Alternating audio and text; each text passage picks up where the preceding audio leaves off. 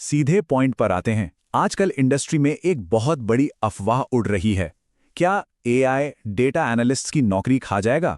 सच में लोगों के अंदर एक अजीब सा डर बैठ गया है कि इन नए एआई टूल्स के आने के बाद डेटा फील्ड में इंसानों की तो कोई ज़रूरत ही नहीं बचेगी। लेकिन सच्चाई इस डर से बिल्कुल अलग है और इसका सबूत सीधे आंकड़ों में नजर आता है। जरा इन आंकड़ों पर गौर कीजिए। वर्ल्ड इकोनॉमिक फोरम की फ्यूचर ऑफ जॉब्स रिपोर्ट 2025 के फिगर्स वाकई चौंकाने वाले हैं। इनके हिसाब से 2030 तक डेटा रोल्स में 40% से भी ज्यादा की बड़ी ग्रोथ आने वाली है। जी हां, 40%। ऐसा इसलिए क्योंकि एआई सिस्टम्स कोई जादू की छड़ी नहीं है। उन्हें ठीक से काम करने के लिए साफ, सुलझे हुए और वेल स्ट्रक्चर्ड डेटा की भारी मात्रा में जरूरत पड़ती है। और सच बताऊं तो बिना डेटा एनालिस्ट के ये एआई मॉडल्स पूरी तरह फेल हो जाएंगे। एआई डेटा एनालिस्ट को हटा नहीं रहा, बल्कि उनकी मांग को मार्केट में और भी तेजी से बढ़ा रहा है। तो इस बदलती हुई दुनिया के हिसाब से खुद को कैसे तैयार किया जाए? आज के इस एक्सप्लेनर में हम एक बहुत ही खास 19 हफ्ते का रोडमैप डिकोड करने वाले हैं। इसका मेन मकसद ही यही है कि किसी भी नए सीखने वाले को एआई के इस नए दौर के हिसाब से एक बिल्कुल जॉब रेडी और काबिल डेटा एनालिस्ट में बदल दिया जाए। ये एक ऐसी मजेदार जर्नी है जिसमें हर एक नए कदम पर एक नई टेक्निकल ताकत जुड़ती चली जाएगी। इस सफर के मुखिया पड़ाव कुछ इस तरह होंगे। पहला, डेटा एनालिटिक्स इन 2026। दूसरा, कोर टेक्निकल फाउंडेशंस। तीसरा, एडवांस्ड एनालिसिस एंड विजुअलाइजेशन। चौथा, मॉडर्न स्टैक एंड एआई। और आखिर में लॉन्चिंग द करियर। तो चलिए बिना देरी किए आगे बढ़ते हैं। शुरुआत करते हैं पहले भाग से, data analysis in 2026, the era of AI integration. इस पूरे 19 हफ्ते के सफर को लॉजिकली 4 हिस्सों में बांटा गया है। पहले से 7वें हफ्ते तक सिर्फ कोर फाउंडेशंस तैयार होंगे। फिर 8वें से 12वें हफ्ते तक एडवांस टूल सीखे जाएंगे। 13वें से 16वें हफ्ते के बीच नए जमाने के मॉडर्न स्टैक और एआई पर काम होगा और आखिरी 3 हफ्तों में पूरा जोर सिर्फ और सिर्फ जॉब रेडीनेस पर दिया जाएगा। ये टाइमलाइन एब्सोल्यूट जीरो से शुरू होकर एक प्रोफेशनल एनालिस्ट बनने तक का पूरा रास्ता एकदम क्लियर कर देती है।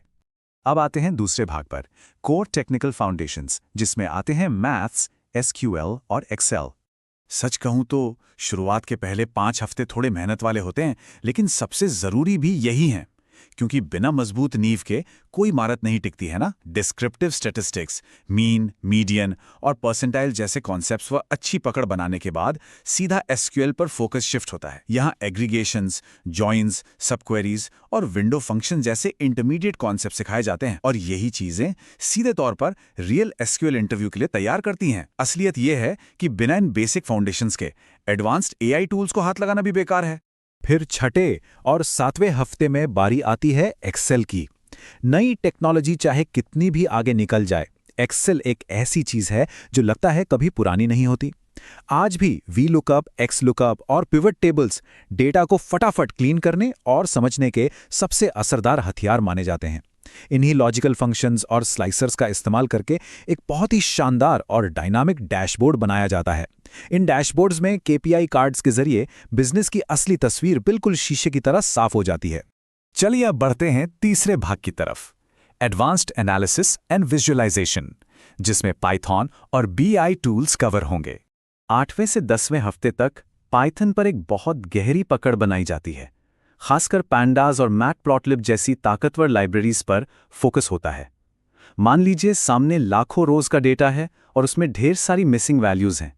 ऐसे में उन्हें एक ही वक्त पर फिल्टर और मर्ज करने के लिए पैंडास डेटा फ्रेम्स सबसे ज्यादा काम आते हैं।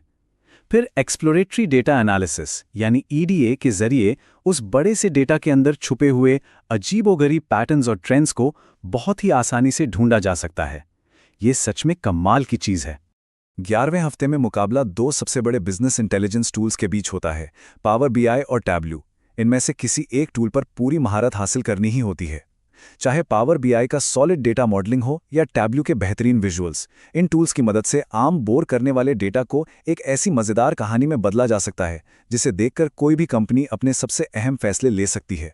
अब एंट्री होती है चौथे भाग की, modern stack and AI navigating 2026 requirements. ये वो फेज है जो एक आम एनालिस्ट को टॉप टियर एनालिस्ट बनाता है। एक बात सोचिए, डेटा एक चमचमाते डैशबोर्ड तक पहुंचने से पहले आखिर किन किन रास्तों से गुजरता है?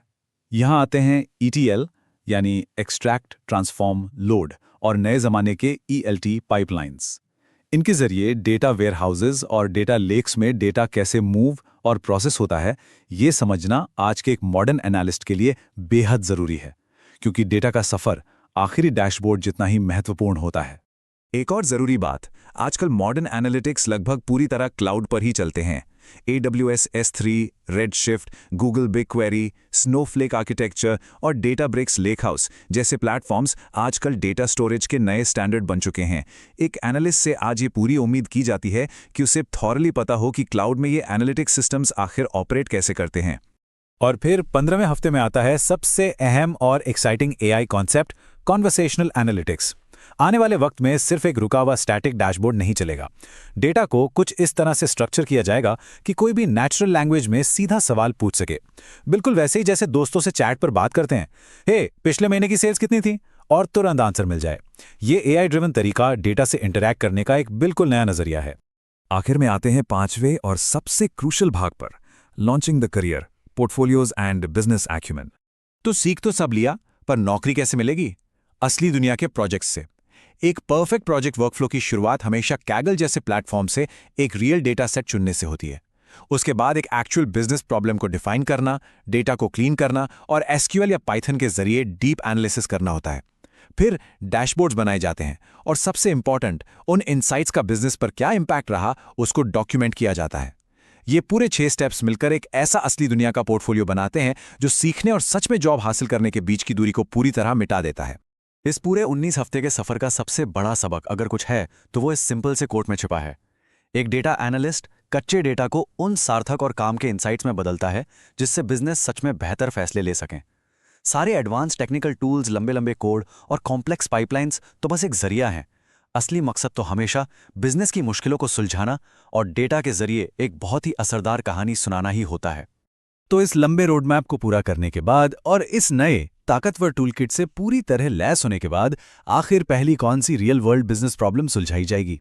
सोचिए जरा, क्योंकि डेटा की इस दुनिया में अभी बहुत कुछ बदलना बाकी है।